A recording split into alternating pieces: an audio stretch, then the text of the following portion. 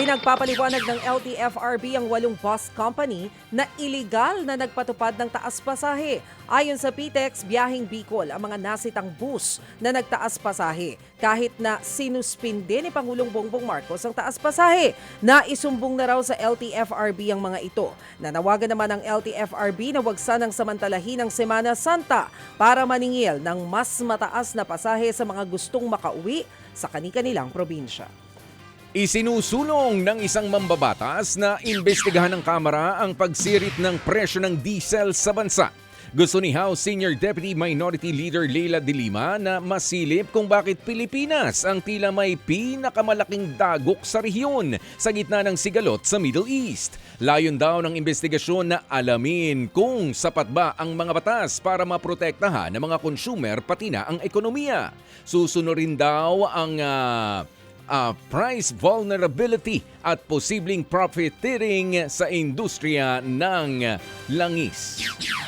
Malabong sumipa sa 300 piso ang kada kilo ng karneng baboy ayon yan kay Agriculture Secretary Francisco Chu Laurel Jr. Sa programang ito, sinabi ni Chu Laurel, kinwestiyon niya mismo kung saan ang galing ang pagtataya ng DA na posibleng umabot sa 300 piso ang manok sa worst case scenario. Batid naman daw ni Laurel na sumadsad ang farm gate price ng itlog dahil sa labis-labis na supply. Sa ngayon, nasa 80 piso na lang daw ang bentahan mula sa dating lagpas 100 piso. Bagamat sinabi ni Laurel na good problem ito, sinisikap na raw ng ahensya na tulungan ang mga producer. Ang solusyon talaga rito din is storage, dahil in any overproduction situation, you have to be able to process, freeze, and store para nga ma-keep yung value. Marami nag-invest sa manok at marami din nag-invest sa itlog ngayon. So that's medyo healthy yung industry ngayon, and we just have to make sure na they try to hindi sila malugi. Yan po ang tinig ni Agriculture Secretary Francisco Chu Laurel Jr. Handa raw ang DOLE na tumulong sa mga manggagawang apektado ng mataas na presyo ng langis, partikular na sa sektor ng transportasyon.